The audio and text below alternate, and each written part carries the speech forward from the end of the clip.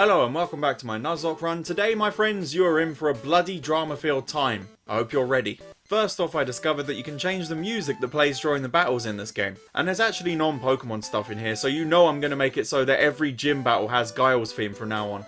Happy. I then went to catch Pokemon down on Route 3, and I got into a battle with a trainer called Fire Breather Otis. And it, well, didn't go so well. Let's put it that way. The start of the battle went fine with Nick killing his Magmar, but he did take a bit of damage in the process. But it was the next Pokemon, Coffin, that caused me all the trouble. Nick's health was low, but I thought a weak Coffin couldn't kill him, and Coffin used Sludge.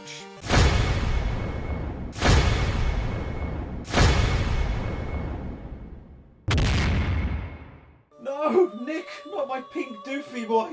I can't believe it got a crit. Logan, go and destroy this diseased floating testicle. Use Nightshade. And another Nightshade. Ha, this git is nearly dead. Coffin, Coffin, Coffin. No, not self-destruct! Logan, tank the hit!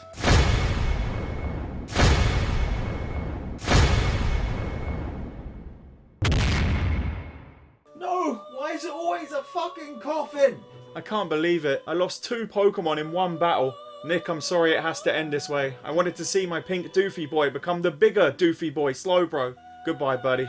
And Logan, you were with me in my last run as an amazing Rapidash, and now as an amazing Ariados. I'm sorry you couldn't become a 2-time champ, buddy. Goodbye.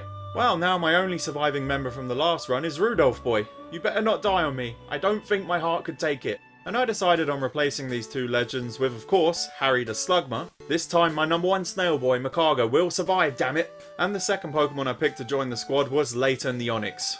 Firstly, because Layton is a legendary subscriber who's been with the channel a while now, and secondly because I can evolve him into Steelix. And I've never got to do that before, and I love Steelix. He's awesome. Anyway, let's move on and catch some shit. I have a feeling we're going to need all the Pokemon we can get with how this run is going.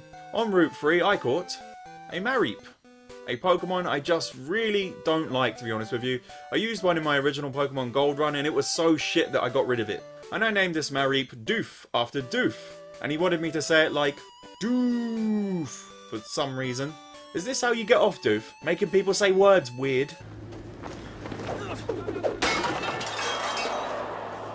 Are you not entertained?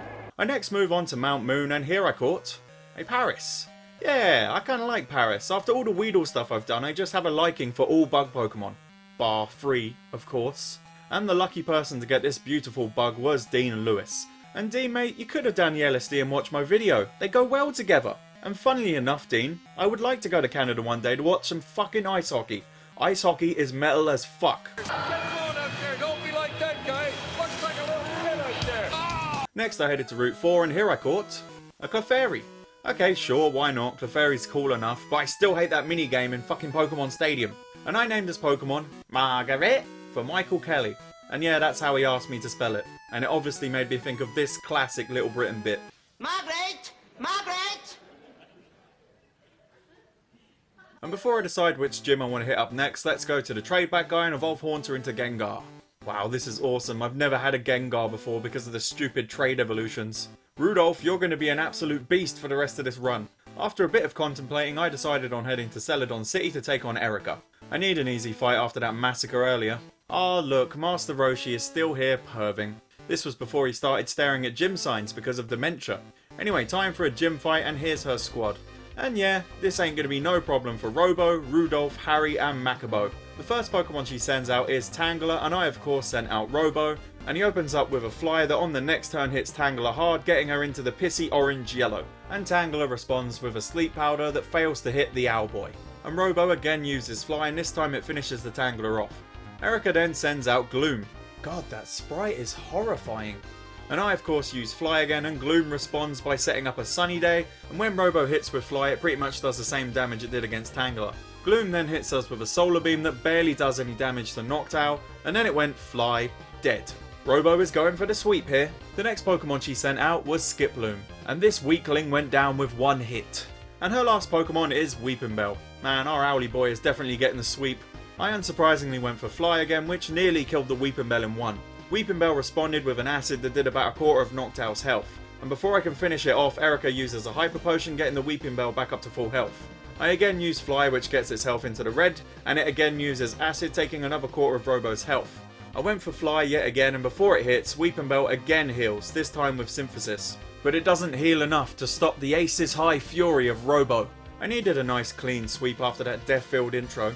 Well, let's go to Route 24. I caught a Oddish. Yeah, sure, why not? Oddish is pretty awesome. I mean, it's classified as a weed Pokemon in the Pokedex, so that's cool.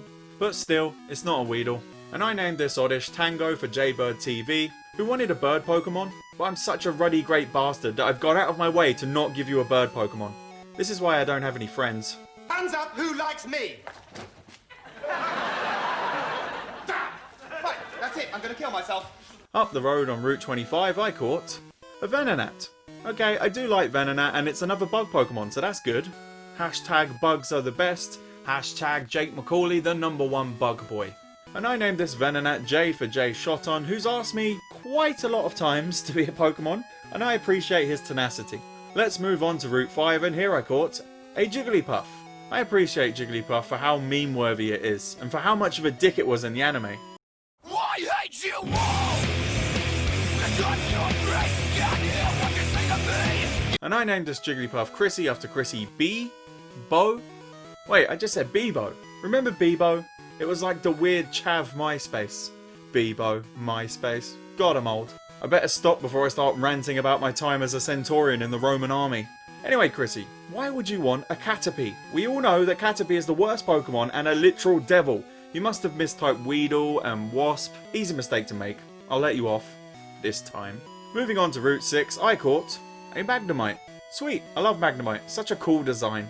And I named this Magnemite Nappa for Bruce because he caught that Dragon Ball Z Abridged reference in the last episode. I love Nappa. I'm gonna catch it! I told you I'm not a Poke. Ow! Oh, it didn't work, Vegeta. That's because you have to damage it first. Alright, let's see if I can get a critical. And I thought I'd go grab myself one more Pokemon before I decide on which gym I want to hit up next. And the last place I went was the Diglett Cave. I wonder what I'm gonna get here. Oh my god, it's a Diglett. I am so very, very surprised. And I named this Diglett Gage after Gage the Exiled, and I picked him because he mentioned Baby Yoda, which would allow me to make this. Stop touching things.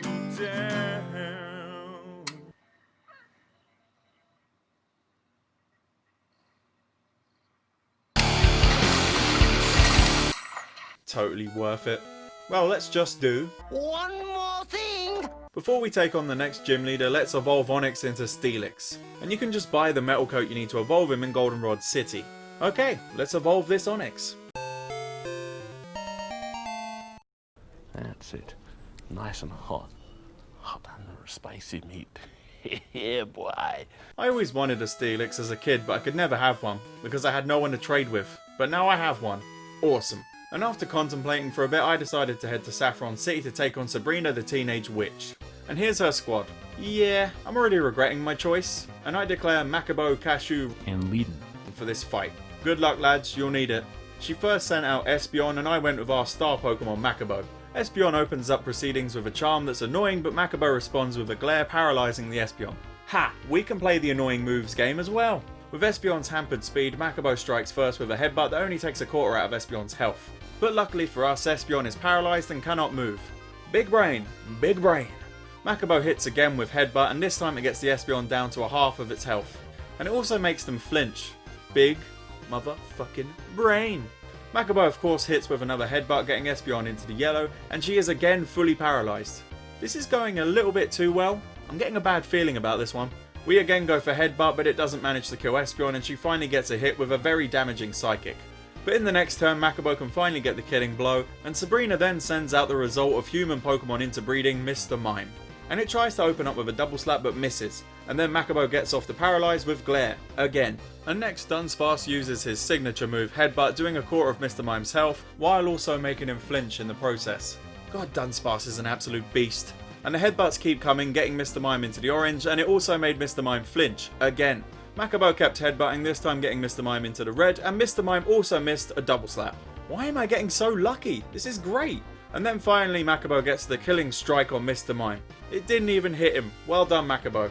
And Sabrina then sends out her last Pokemon, Alakazam, who might be a bit of trouble. Alakazam opens up with a strong psychic.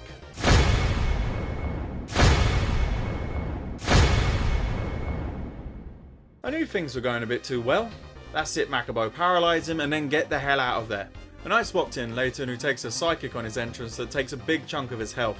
Leighton first attacked with headbutt that put a nice dent in Alakazam's health, and it also made Alakazam flinch. That's it, use the Makabo method, Leighton. And I stuck with headbutt because it seemed to be working, and it got Alakazam a hit from death. Then Leighton is hit with a psychic, getting his health dangerously low. And before Leighton can get the kill, Sabrina uses a hyper potion on him. And you guessed it, I used headbutt for the 50 millionth time and nearly chopped Alakazam's health in half. And after a bit of contemplation, I decided to switch out Leighton because an unlucky hit could easily kill him. So I sent in Cashew to finish the job, and Cashew takes a massive psychic on his entrance that does over half of his health. Another psychic would mean death, but I couldn't switch out Cashew because that might mean death for everyone. So I had to hope they were faster than a paralysed Alakazam and strong enough to kill it outright. I used Ice Punch.